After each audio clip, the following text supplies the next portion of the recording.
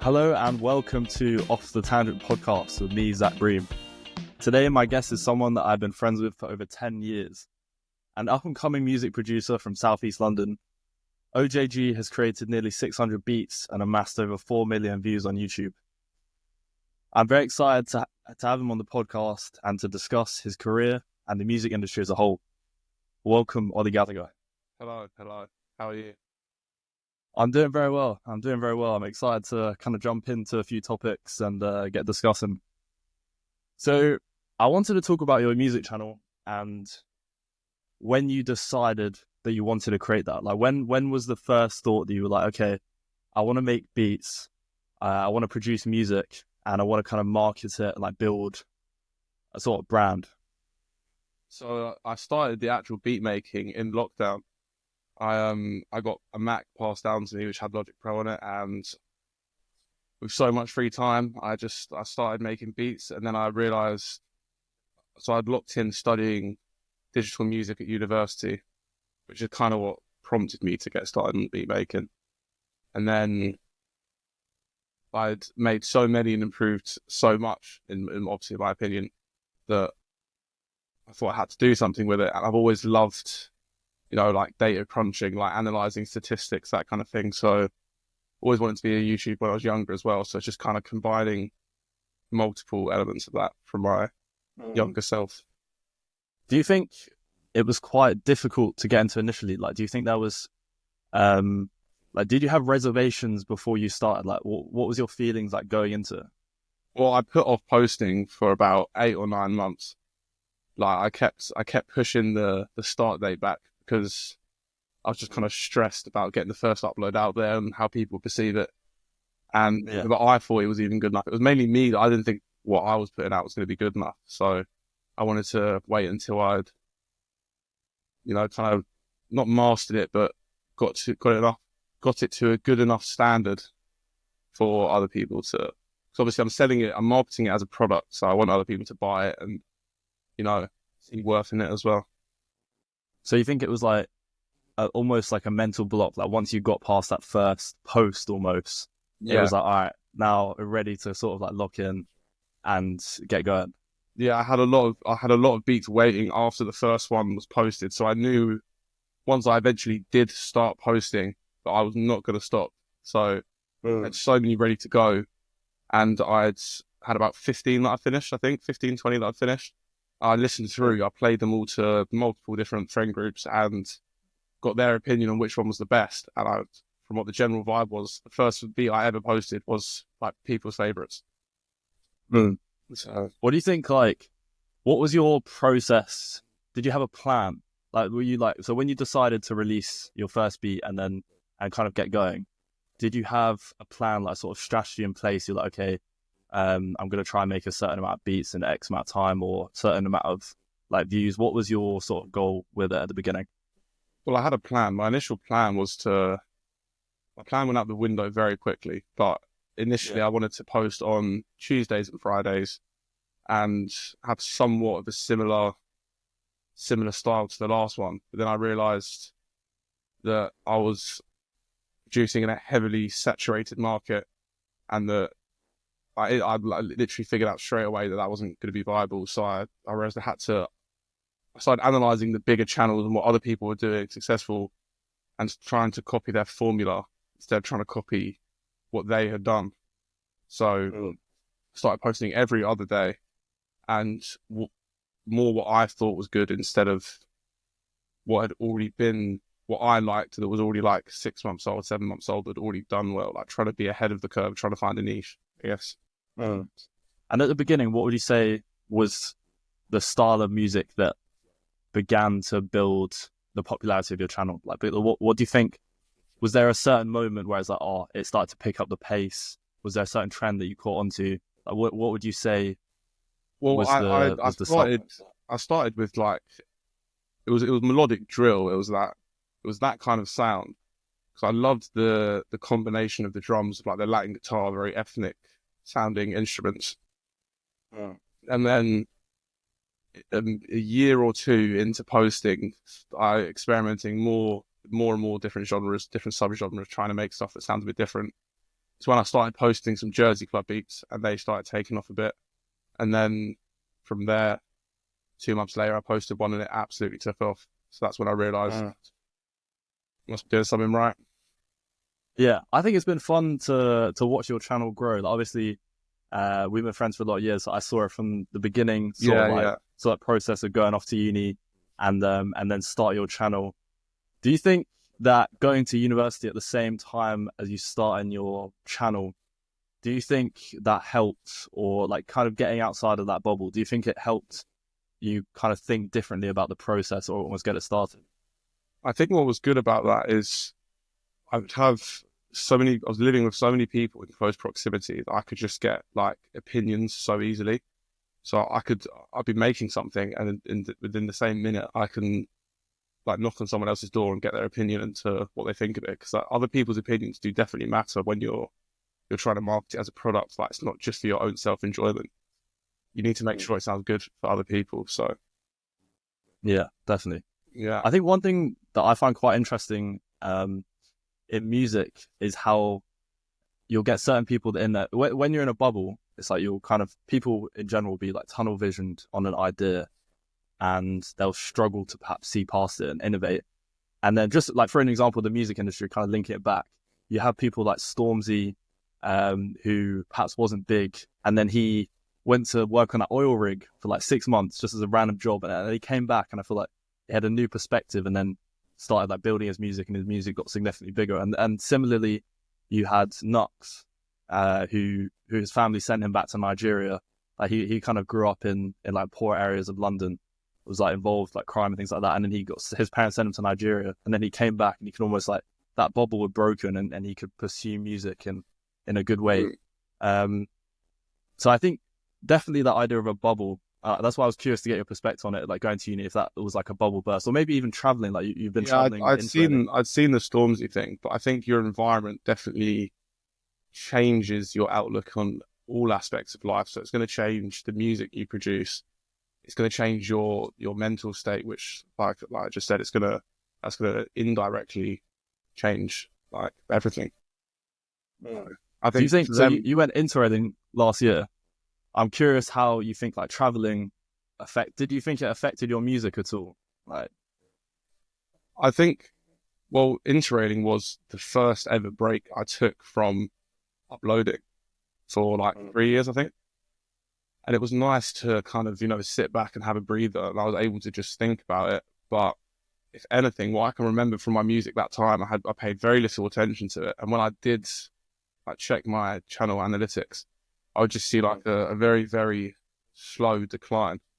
And all I would think about is what I'm going to post when I'm back. Like when I get back, am I going to be able to get the ball rolling again? Am I going to be able to build momentum?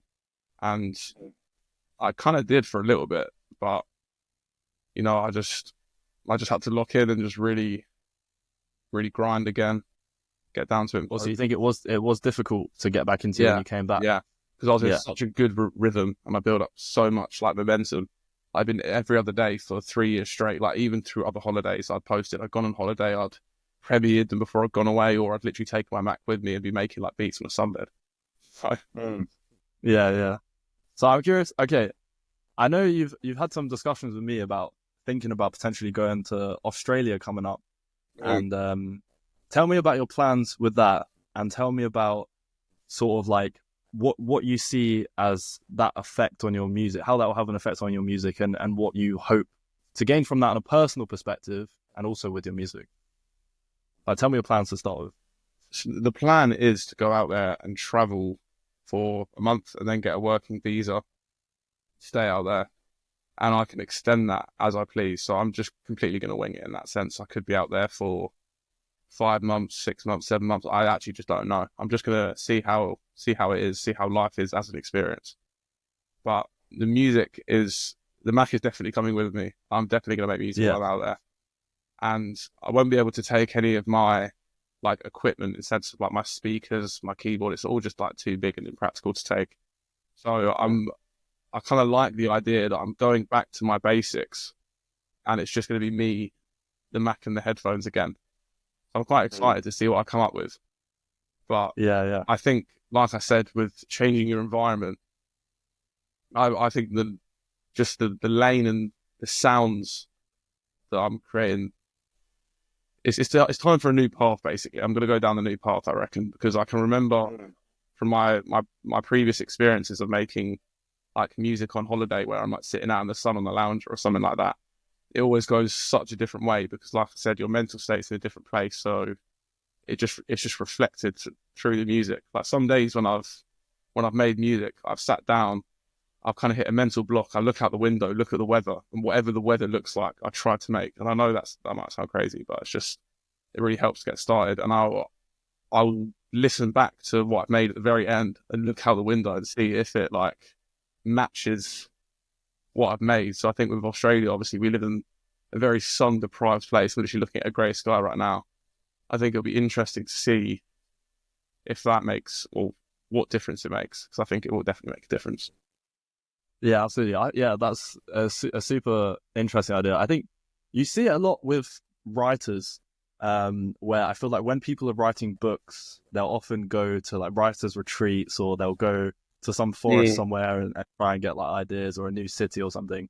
I remember one time when I was traveling with my girlfriend, we were in Slovenia. We went to like Lake Bled, and we like booked this hostel room. There was a 4-person room. We were in there, and there was like this woman who had supposedly like booked out that whole 4-bedroom room for her writer's retreat, and then the host of the hotel like took us into that room and gave us the room, and me and her just sitting on the beds, and this woman on her like silent writer's retreat who had booked out the whole room, she comes back and was just like, "What are you doing in my room?"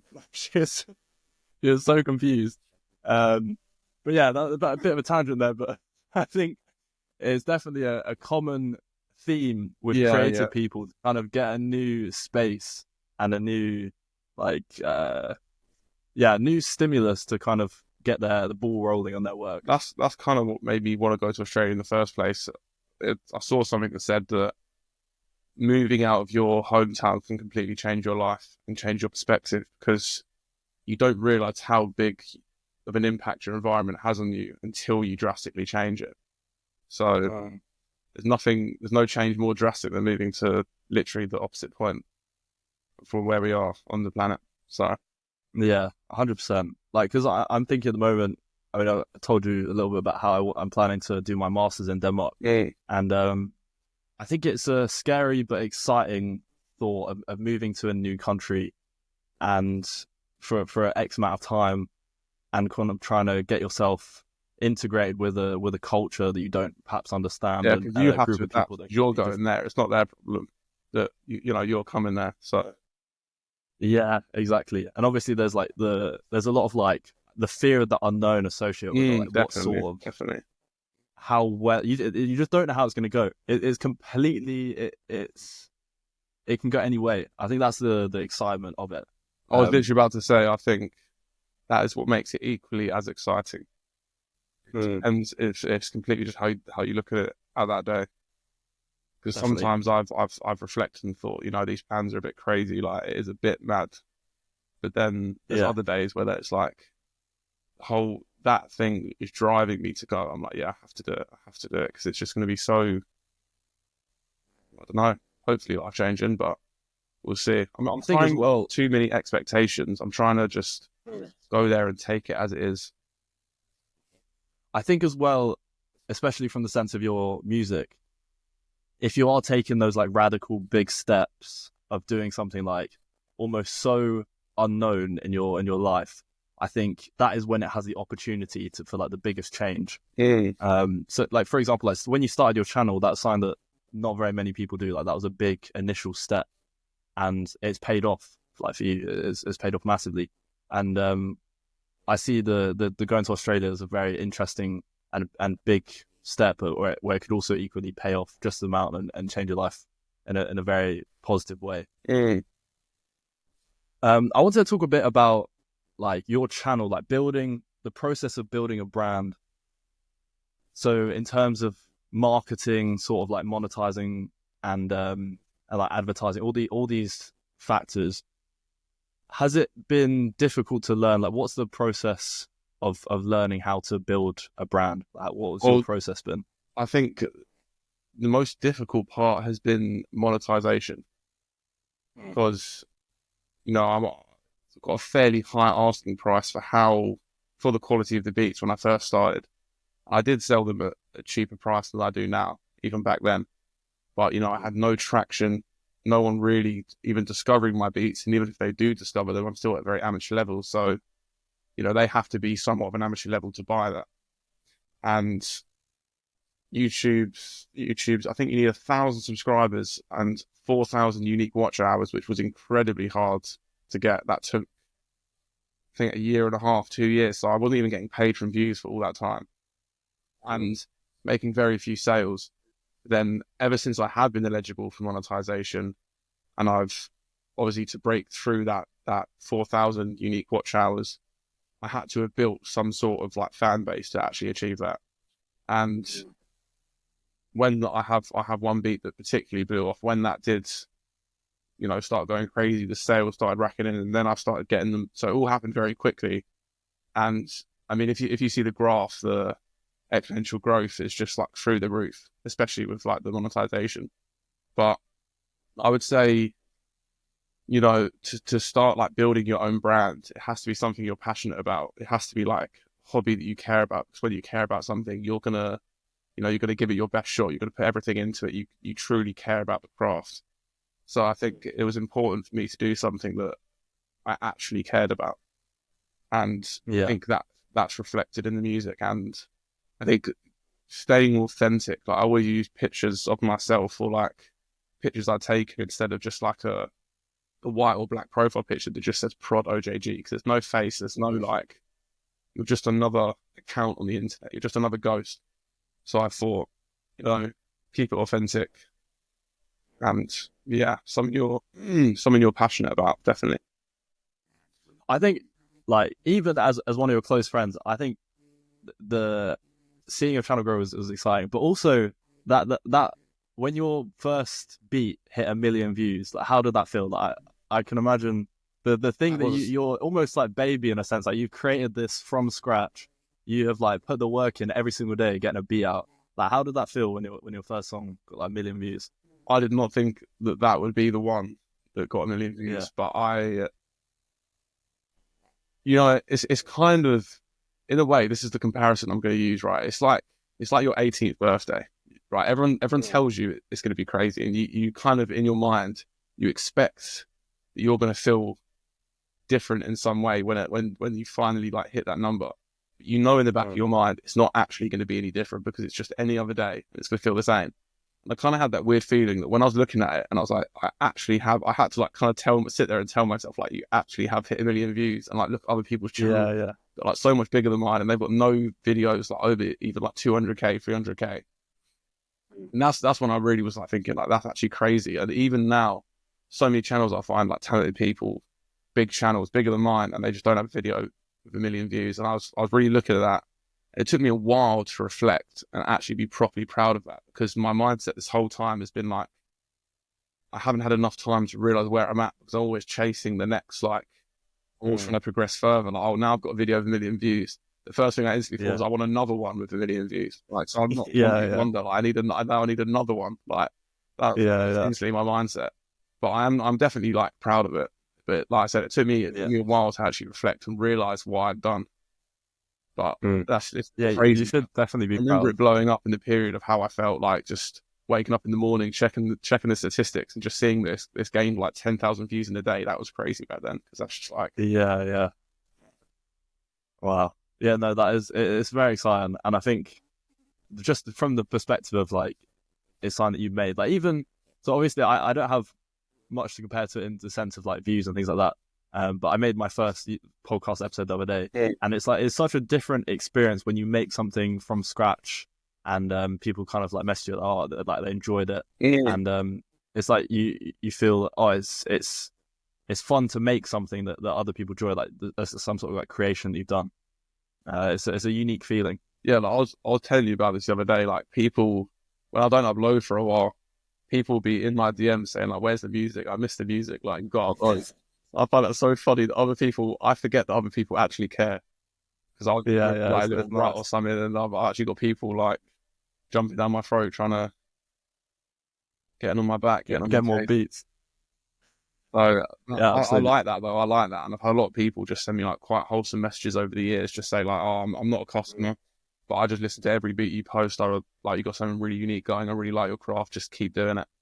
So those things are definitely nice to see. And like you say, at first you probably sent your podcast to some people like friends, and your friends are going to be some of the people that actually appreciate it the least, because they're not like the target audience. They're not the people that are actually going to sit down watch the whole podcast. When someone random that you have no idea who they are actually sends you like a genuine message, like, yeah, this connects with me. It's crazy how you can reach other people like that. 100%, 100%. So the other thing that I'm perhaps interested in, and I think what you've talked to me a little about in the past as well, is the way that the improvement of AI has obviously massively improved over the last few years. Yeah. And you've told me a little bit here and there about how you've incorporated AI in your music. Tell me a little bit about how AI is changing the music industry and how you personally have sort of used it for your music. The main way I've used it is actually for like marketing, like creating images and creating that kind of thing, like creating TikTok videos, creating this kind of stuff. But because I almost don't like the way that AI create these melodies, like they sound very robotic. Like they sound nice because obviously, like we discussed, AI is developing, it's learning from humans. We create stuff that we think sounds nice. But you can tell when you listen to AI music that it doesn't have that human touch. And I think the AI voiceover is really blown up. Like people are marketing their songs by changing their voice to an AI of like a famous rapper, and like describing it as a leaked song. And loads of people like the song. They realize there is a real song, but it's not that rapper. And then they end up listening to the original, which they're like, "Oh, I'll settle for the original." I see people like talking about it and commenting on it, but I mean, it's working. But the other way, so obviously I don't use AI for anything like that. But the only musical way that I actually use AI is there's a website that like finds you samples. And when you picked out a sample you like, it will show you loads of other samples based on like key and tempo and like other things that make like musical sounds compatible. It will partner you with loads of sounds that sound good with your melody, and they always sound amazing. That's good. Well, that's interesting. Do you think that, because I don't know much about AI and music, except this, I remember when there was the Kendrick Lamar and Drake beef, I feel like there was that song that came out Tailor-made with Drake. Can you tell me a bit about that? Because I don't know much about it, but tell me about it. Drake wrote a song and then that used AI for Tupac and Snoop Dogg because they're like big West Coast figures, and they're like Kendrick's idols. So he's trying to use those AI voiceovers to like talk to Kendrick as some of Kendrick's allies. It's just really funny.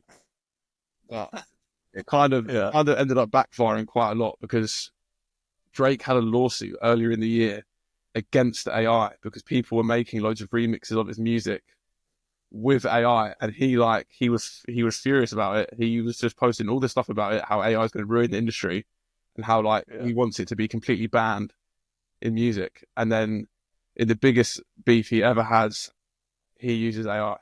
So it's not amazing, but It's just so need to ironic, listen isn't it? to it. I couldn't believe it was real at first. I really couldn't believe it was real. That he actually pulled that card, because he dropped such an amazing track before that to then go and use like an AI song. I was just like, Yeah, it's almost like he's just taking the piss a lot out of the whole situation. yeah, When I was planning sort of like topics for us to discuss, I was thinking about when I was thinking about AI, because we discussed it a little bit before.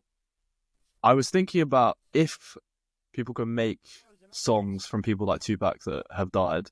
Do you think in the future we'll see almost a lot of dead artists, like companies who own perhaps the rights to their music? Do you think they will start using AI to create new music from those dead artists, like almost bringing back to life a brand? Like maybe, for example, Juice WRLD, how even though Juice WRLD has died, they still release his unreleased music that he made before he died. Do you think companies like that will start using AI to make songs of those from those artists? Fans are already doing that. So I already have seen like Juice WRLD AI songs, and like that thing I said of how like smaller independent artists will use an AI voiceover to market their songs. I've seen people like create melodic songs and then use a Juice WRLD voiceover because they know that he's got like such a strong fan base that it's gonna hit the spot for people, I guess. But I don't think we will ever see the actual labels themselves using AI to create a song, post a song. So I think Why do you not think we'd see the that? labels, like I was talking about this Drake lawsuit, right? And a lot of the other labels and like big music figures like also spoke up and like backed him and agreed with him at the time. We're saying that like AI has a lot of potential and it's quite scary and it cannot be used at any cost, like within music, because it will completely ruin it. If they allow, like people have been making like whole Travis Scott albums on YouTube that are like AI, and people are saying, oh, this sounds better than anything Travis Scott released. Like this sounds amazing, amazing production. And obviously you can have an unlimited like feature and track list because you can use AI from anyone. You can use Michael Jackson. You can use people that have been deceased for like 100 years because we're just getting to the point with AI now. But I think, Do you think labels collectively agree that it will ruin their revenue and their income and their craft. So in a way, they're kind of like selfish about preserving themselves, and they can see that AI will definitely damage them. See, I think that most industries are quite resistant to change, especially when there's something that can disrupt the industry. Like if we take music, for example, I remember listening to a history podcast about this a long time ago, where back before we could record music and like play it on like vinyls or CDs or anything like that, before we could record music, in theaters and cinemas, people would go to the cinema and they would have like some sort of projector or play the film, but they couldn't have sound because you couldn't record sound. So there'd be live bands inside the cinema playing songs as you watch the show. And all of these bands, when recorded music first came about, I don't know if that was like the vinyl players or what came first, but when it first came out, all of these people that worked those jobs were like, oh, we're not gonna make any more money, we're gonna lose our jobs, like we're not gonna be able to make any revenue, like what do we do? But it turned out for them to be the best thing to ever happen because they could now make infinitely more money because it now scales. The music that they could create, they could sell rather than their local town playing live. They can now sell to hundreds of thousands of people, millions of people all over the world. And I think that kind of comparing that to now, where there's a brand new technology and the industry is resistant to that change, where there's a lot of money there. Like if let's say, for example, a new label who takes on this opportunity and does resurface dead artists like Juice WRLD, like I don't know, Frank Sinatra, or any big artists from the past, they could make a lot of money off that, and potentially a whole new way, take the market a whole new way. You know, So, like, what are your thoughts on that? it's interesting when you said that, because when you're talking about like the industry not being able to adapt, and then it's like it's forced to adapt, and then everyone realizes that it's better that way. It reminds me of when the streaming era first came about. So you got like you got people buying CDs and buying tracks back in the day. They used to be so expensive. They used to be like £1 a song, and then some albums would be like £24, £25, and album sales used to be huge. It's like people would be reining in like 2 million, 3 million first week sales because everyone is buying a physical hard copy of the album, right? And then now you've got Spotify that comes along in like the late 2000s as just saying, if you just pay £9 a month, you can listen to an unlimited amount of songs forever. Like you have access to everything and you don't have to pay for anything. You pay £10 a month, which is absolutely nothing in comparison to like the original fee before. And I remember there being a lot of like backlash and uproar, and like these music companies and labels trying as hard as possible to file a lawsuit and to pass it as illegal for like these streaming sites.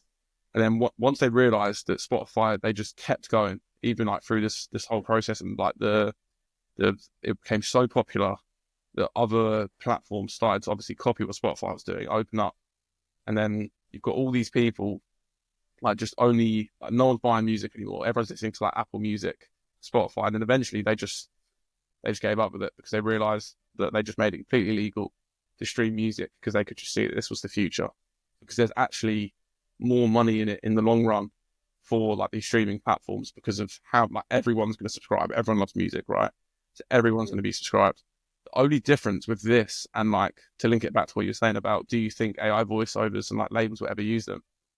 I think it crosses a fine line with like AI using voiceovers from people like, to bring back from the dead. Like I think we will have these fan made. There's something like ethically wrong about it. Like I think we will have these fan made edits that people make of like Juice WRLD songs or Michael Jackson, whoever deceased artist.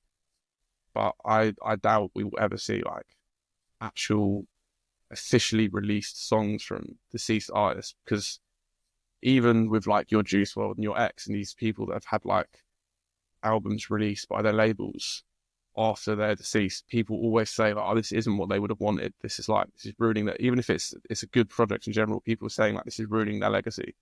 So I think it crosses like an ethical line where that won't be allowed, but AI will definitely heavily be incorporated in music with like beat making, and like it will tell you like vocal inflections and like the way that someone should sing for it to sound like as melodically like pleasing as possible. I think it will definitely have a much bigger impact than people think, and it already is having like quite a big impact.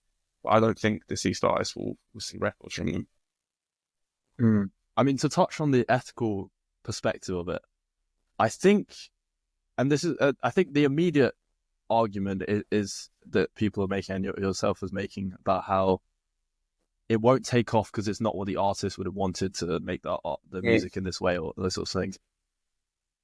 My first thought is to compare it to films and books. So, like, if you take a book that was written 200 years ago, I don't know, let's take like Pride and Prejudice, written by like Jane Austen. I don't know when it was written. I think it was written during the Victorian. Out there. Okay. I didn't hear that question. That's all right. Take Pride and Prejudice, that was written by Jane Austen. I think it was written in the like Victorian period, but she wrote that book. She died, and then now it's been made into a film or made into a TV series. How is that any different to an artist, a music artist dying, and then people making continuation music or recreating the work that they did in a way? Because that is an interesting point. But in that comparison, I guess you could say like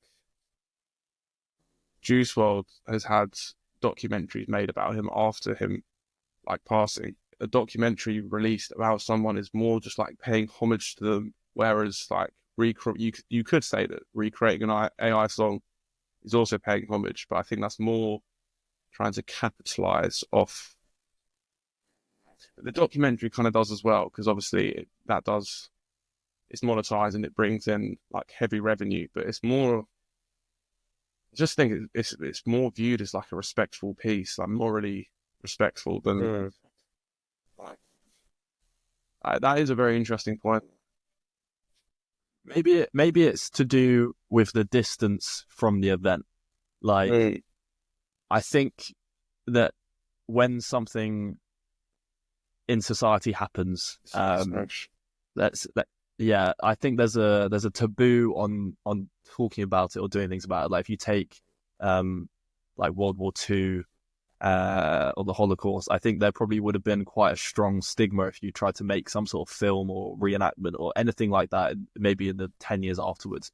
And then as time has gone on, it's become more acceptable to talk about and make films about, and you see a large creation of media. And the same with, well, but like this is further away, but you'll see like in the comedy genre or stand-up comedy, no one talked about 9/11 anywhere for the first 10 years, and then you see more in stand-up comedy. People will talk about it more and more now, making jokes about it, because as it gets further away, it becomes more acceptable to discuss and make forms of media. So potentially with artists that are dead, maybe as time goes on, there will be My more. It'll argument be for more that would ethically be, acceptable. if you're talking about someone that's like deceased, like 600 years ago, or however many years ago, and they're having like pieces of their art recreated in the modern day and age. But you were talking specifically about like labels, like people officially releasing songs under the name of someone in AI, right? People have, let's take someone like Mozart, who's like a famous musician who's been dead for a very long time, right? Yeah.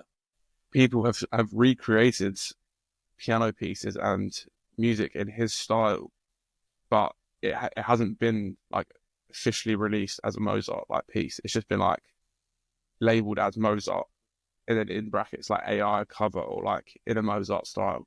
I don't think they're gonna actually officially release AI songs. Deceased people. So you think it would almost be like in the beginning of a film, it's like a history film almost. It'll say like this is a dramatization. Because films can be fictional, and like the music side of it completely ruins the authenticity. That's all I can say. Maybe we'll have like maybe there'll be some sort of movement where it's like you have like the pre-artist death and post-artist death, and yeah, I don't know. Maybe you'll see some sort of like fan base for both. Yeah. Or something like that. It would definitely be interesting to see if they do. On who they would do it with. Yeah. I want to talk a bit about the UK scene, specifically how like the urban scene going around London. So you started with grime, which kind of like developed off like the underground scene where you had like garage and drum and bass, like and raves, and then you had like people kind of emceeing over that music, and that kind of led into grime. Yeah. And then from grime, you kind of, not directly, but you have drill was kind of like the big thing kind of that from grime. yeah, like what is like your thought on the UK drill scene? Like, how do you? I don't know how much you know about the history of it, but I believe it comes from Chicago. Yeah. Like where like the. Do you want to talk a bit about that? Well, Like maybe the history of it, and it depends whether you're talking about drill music or like the UK drill sound we've created, because you could say the drill music like originated from Chicago, but they don't use the same, like their drill beats don't sound the same as ours. Like that triplet bounce with like basically with the 808 slides and all that kind of stuff. Like the typical drill beat you think of never came from Chicago. That comes from the UK. I think what's interesting is that sound comes from grime. Grime doesn't come from America at all. And grime is so similar to garage, and the way that these like genres survive kind of through the years is they have so many subgenres, and then people merge, like take elements from both genres, and they'll just like essentially give birth to a new genre.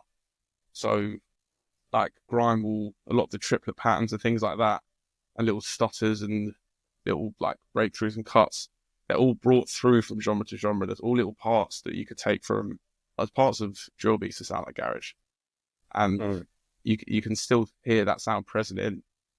And I think my music creation, I liked how I'd taken the drum bounce, like the UK drill drum bounce that we had in like just before 2020, and I just like, it always had a very like dark piano, like a very, very evil kind of sound, right? And then you just completely changed it and put like a Latin guitar in, or like that ethnic sound. That's what kind of got me like hooked on it. So I wasn't too obsessed with like these like very, very dark sounding instrumentals. I think the way that genres evolve is by merging genres and like different components that haven't been tried together.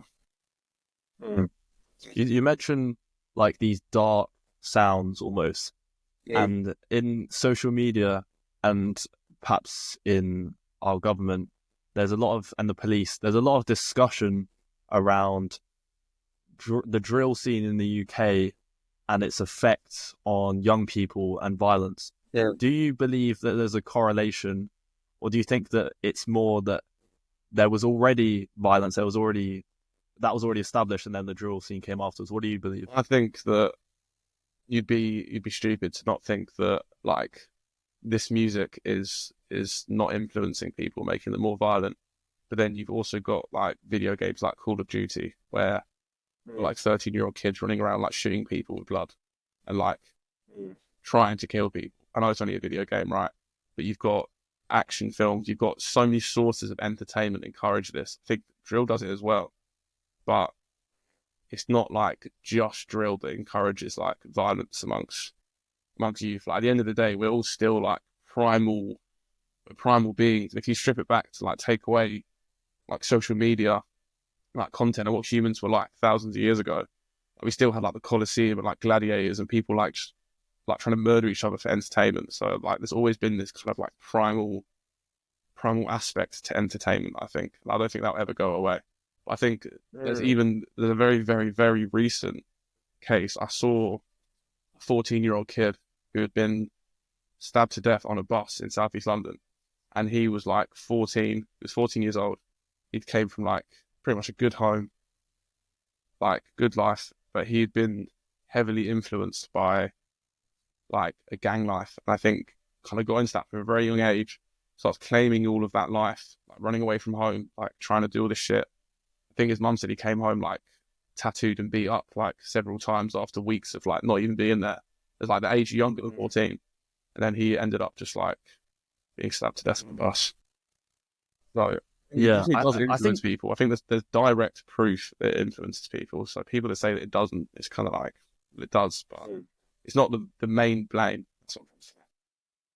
I think your point about how it's primal is super interesting, because the link you made about how you had like gladiators and people were interested in, and there's like that urge to watch or listen to something that is inherently violent is a really insightful point. I think that I have mixed feelings about it. I do think to some extent the drill and rap scene does push a certain lifestyle that is spreading. It glamorizes it.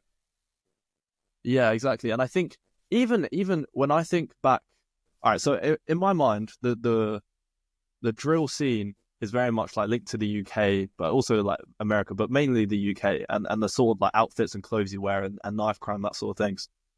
When I first started going to Denmark, I first went to Denmark like a lot, was maybe 2.5 years ago now. And when I first went there was no like roadmen or like no outfits that were worn like associated with that sort of drill scene. The culture, yeah. And yeah. you would, there was like the Danish culture itself. You didn't see any influence from the UK yet. And I'd say in the last like 6 months to a year, you'll see so many young people now that you'd miss. If I thought it's almost like I was in London. Like you see that change in the way that the young people dress and the style. And I think that's super fascinating. Do you think that could be explained by people like Central Cee that have grown massively in popularity in the last few years? Like, what do you think is the driving force behind this sort of like shift into perhaps the UK culture spreading across Europe? Well, like, what do you think is the driving force behind that? I think it is the glamorization of like the lifestyle and the culture, and the fact that like, it's interesting you mentioned Central Cee, right? Because he's able to push that culture globally, and he has done it so well. He's kind of maintained a non-violent like persona, which is really interesting, which is why he's gone so mainstream. But the way he's broken into like different cultures, like, and before he ever collabed with another UK rapper, which no one's ever done this before, right? So this is kind of like his blueprint.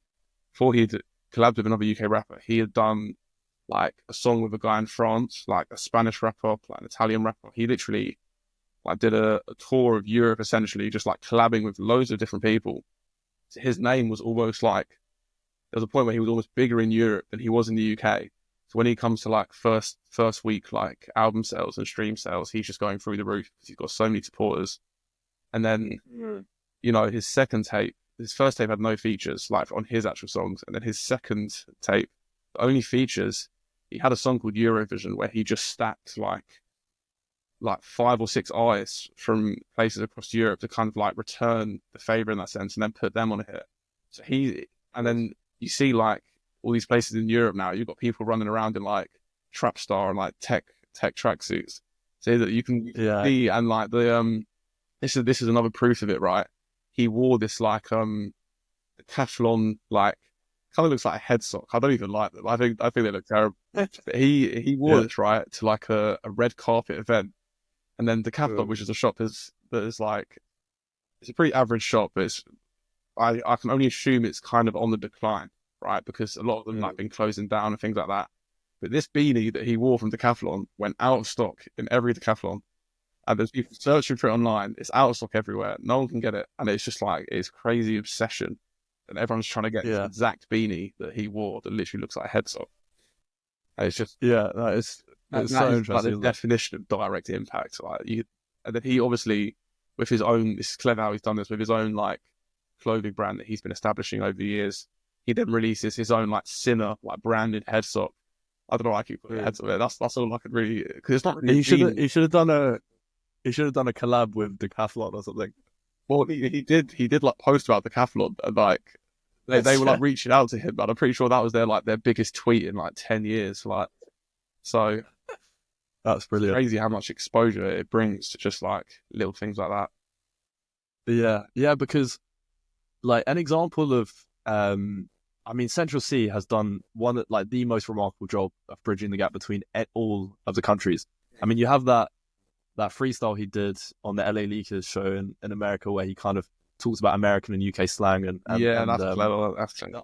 The other big collab that I can think of, which I'm quite interested in personally, is the Nigerian collab. Like, he went to Nigeria and he collaborated with a lot of big artists, like Ashake and things like that. And I good song as well. It's a really good song. It seems very genuine. It seems like a genuine collaboration as well. 100%. I think he has a lot of respect for other cultures. And I was thinking about this earlier today, where I wonder, for me at least, I had never heard Nigerian music before, Afro beats. And I think that like Amapiano. I listened to Central Cee, and he sort of like that, making that collaboration kind of put me on a lot of Nigerian artists that I wouldn't have necessarily heard before. Yeah. I mean, I think, for me, that move that he did, after that, I'm convinced he's just on world domination. Like, that's how it looks, because he's taken over Europe, right? He's gone to America. He does the LA Leakers one. Then he does this On the Radar one with Drake. Drops a song with Lil Baby. Pretty much just like massively known in America. He's like, all right, what continent is next? Like, he's like, where else do I need to take over? And then, I don't know, because he's got that like hit factor right now. He even said it himself. It's like, he is not the most talented artist on the planet, but he's marketed himself perfectly, and he's just in the right place, right time, and he can deliver to good enough quality to like appeal to the hype. 100%. And I mean, it will be interesting to see his next steps. I think that I suppose the continents I think it would be his next targets, either the Middle East or South America. I say the Middle East because I think that he's obviously very big in Europe, and Europe has a lot of immigration. And I think that because of the immigration, it means that Europe has become very multicultural. There's a lot of people from Africa, a lot of people from the Middle East. And I think that if he were to target the Middle East and more African countries, I think he would be able to grow very quickly. And then South America, because I think that there's a significant amount of Spanish speakers. One that I think speakers. India is like a place I've seen a lot of people collaborate with in the past and get like shown crazy love for it, because it's just such a big country. When a place like that is shown love from, like, I saw KSI and Logan Paul do a Prime campaign in India. And they just went absolutely crazy for it. And all the views on all those videos were absolutely through the roof. All the comments were just like people, like all Indian people, just absolutely showing love. And obviously they have that tiered T-Series channel, which has got like hundreds of millions of subscribers. And like so many people actively watch those kind of things. So I think that would be a good move for him, like collabing. And I've seen like think Fredo and Tion Wayne are both collaborated with an Indian artist, and it has got like 10 times the amount of streams that they're like their own than a song that if they just dropped completely by themselves would get. So it brings so much exposure, and it definitely, and like after Central Cee started collabing with all of these like foreign people, we now have got so many like European collaboration rap songs. It's kind of like everyone's just kind of copying the blueprint now because they realise that they can get so much more exposure from outside of the UK. And people become so obsessed with like, I figured this out really like quite recently. People are so obsessed and fascinated with the lifestyle, and I think that's why they love these like big American Twitch streamers that get like rappers on the stream. They're so like fascinated to see what these people are like in real life because they don't give much away. But when they do give something away, it's like they're living this like luxury lifestyle that's like very exclusive. Yeah, so I think it's quite a lifestyle dominated industry in a way, like music. I think, yeah, building onto the point about India, the song popped to my mind was what was it? Peace Over, the Stormzy one where he the Stormzy one with he collaborated with an Indian artist called AP Dylan, and after listening to that song, I really like that song, and then I looked into AP Dylan. I like a lot of his other music, so I think it's just this idea of introducing artists to other cultures where we might not have seen it before. And also in terms of you to link this back to the beginning with the Nigerian artist in Central Cee, and like how you just completely discovered a new genre, like loads of new artists just because of one collaboration. I bet that's the exact same for them. Like some of these Indian people will see Stormzy on the song and just think, oh, this guy is so good, and then just go through his catalog and be like, oh my god, UK rap exists, and then they just find like it definitely works both ways. I mean, to link this back to the beginning where we were talking about how you were mentioning for your own channel that the perhaps market you were pursuing was oversaturated. For these artists now, maybe you could argue that the UK rap scene is oversaturated with artists that maybe in a way that going to these other European countries or other countries anywhere in the world, it's almost like a completely untapped market where a lot of people haven't discovered the genres, as you just said, and that's a whole new audience that they can market to. Yeah, there's always an audience for your content, but it's your job to get that content to the correct audience, I think. Like, do you think that this is a bit of a tangent, but do you think that UK rap culture is associated with hustle culture? Like, do you think the growth in hustle culture over the last few years, the kind of idea where you need to work really hard and never stop working and kind of build yourself and build a brand or build whatever you're trying to work towards, do you think this hustle culture is closely tied to the growth in rap? I think or the growth influences it, because to link it back to my last point of lifestyle, right? And it's the same with like trading and all these young people influencing, right? We see so many people posting on social media about like being in the age range of 18 to 22 and like multi-millionaires, which is like something that just was not achievable 50 odd years ago or however many years ago, right? And now all these people with this luxurious lifestyles constantly posting about it, saying it's so easy. All you have to do is just hustle, really. Like you just have to, you just have to get down to work and like stick to it, all this shit, right? So I think it's definitely an influence, but I'd say it's the same way that like drill music is an influence on violence. It's not the only factor. Like there's a lot of factors, but for the people that are interested in like UK rap, which is becoming a bigger audience, it promotes it to that specific audience a lot, definitely. Yeah, that makes perfect sense. Yeah. Well, listen, we're coming towards the end, but before we end, I want to talk about the future. So, and that's in terms of yourself and your music. What is in store in the future for your music? Like, what are your long-term goals with your music? What do you hope to achieve? Long-term goals. I want to pave the way of, in a sense, like I want to be someone that creates the next niche. I want to create something so unique that other people will catch on to, and it can be like labeled as your style. That's quite like that could be a short or long term I think you have to be in the right place at the right time for that to happen, really.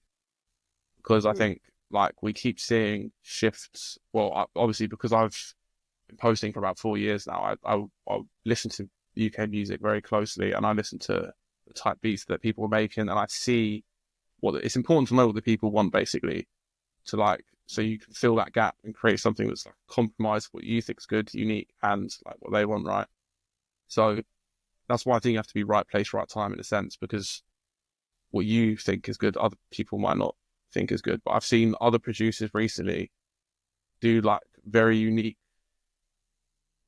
sounding drums, which are kind of what you're just talking about, like the Afro beat, like Am piano. They're kind of, people are now combining Am piano and drill.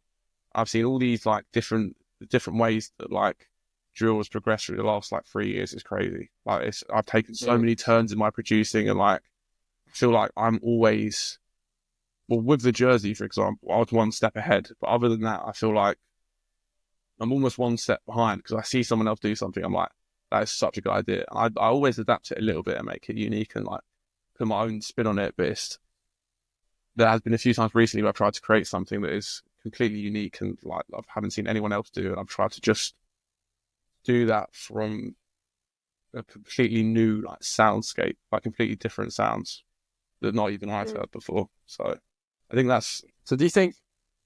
Yeah, sorry, go on. No, what were you going to ask? I was going to say that.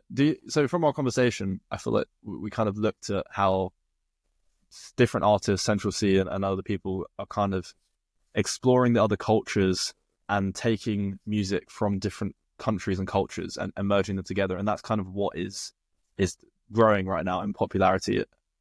Do you think that in terms of your own music journey, do you think that potential next big thing could be looking at those countries where there is yet to be a gap bridged? So off the top of my mind, like it's very, very rare for like Western artists to collaborate with China, for example. Like you never see it.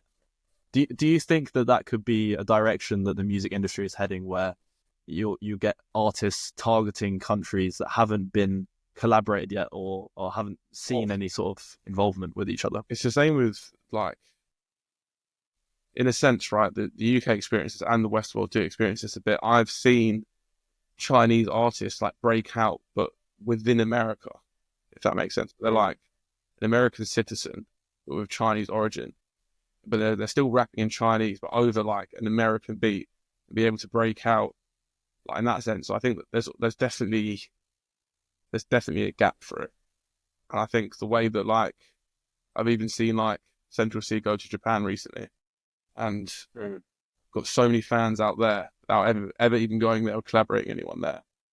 And you know, I've even heard like Japanese rappers rapping on like UK drill beats, things like that. So there's definitely a gap for it, and it's definitely going to come in the future. I think another thing with me like potentially going to Australia, I might meet other producers. I'm going to try and meet other producers and artists out there. Yeah. Interesting to see what their wave is like, because I know there's a few. I've actually worked with a few Australian artists before and have a few Australian songs, and like to me, their accent does sound very funny. Like it does make me laugh a little bit, but I mean the songs aren't bad, and I see like even Nems recently going out to Australia, getting received a lot of love, and then collaborating with an Australian artist. There's all these gaps that are like being bridged, but I think it's just about right place, right time with choosing a beat that people want to hear, that's a kind of a merge of some genres, the collaboration that people want to hear. Okay, well, thank you for going on the podcast. I'm very excited to see the next few years of your of like the growth and to see what sort of like innovations you do with the music, and also how Australia perhaps will change your perspective or change the direction of your music. It'll be interesting to see. So thanks again for coming on and chatting. It's been interesting.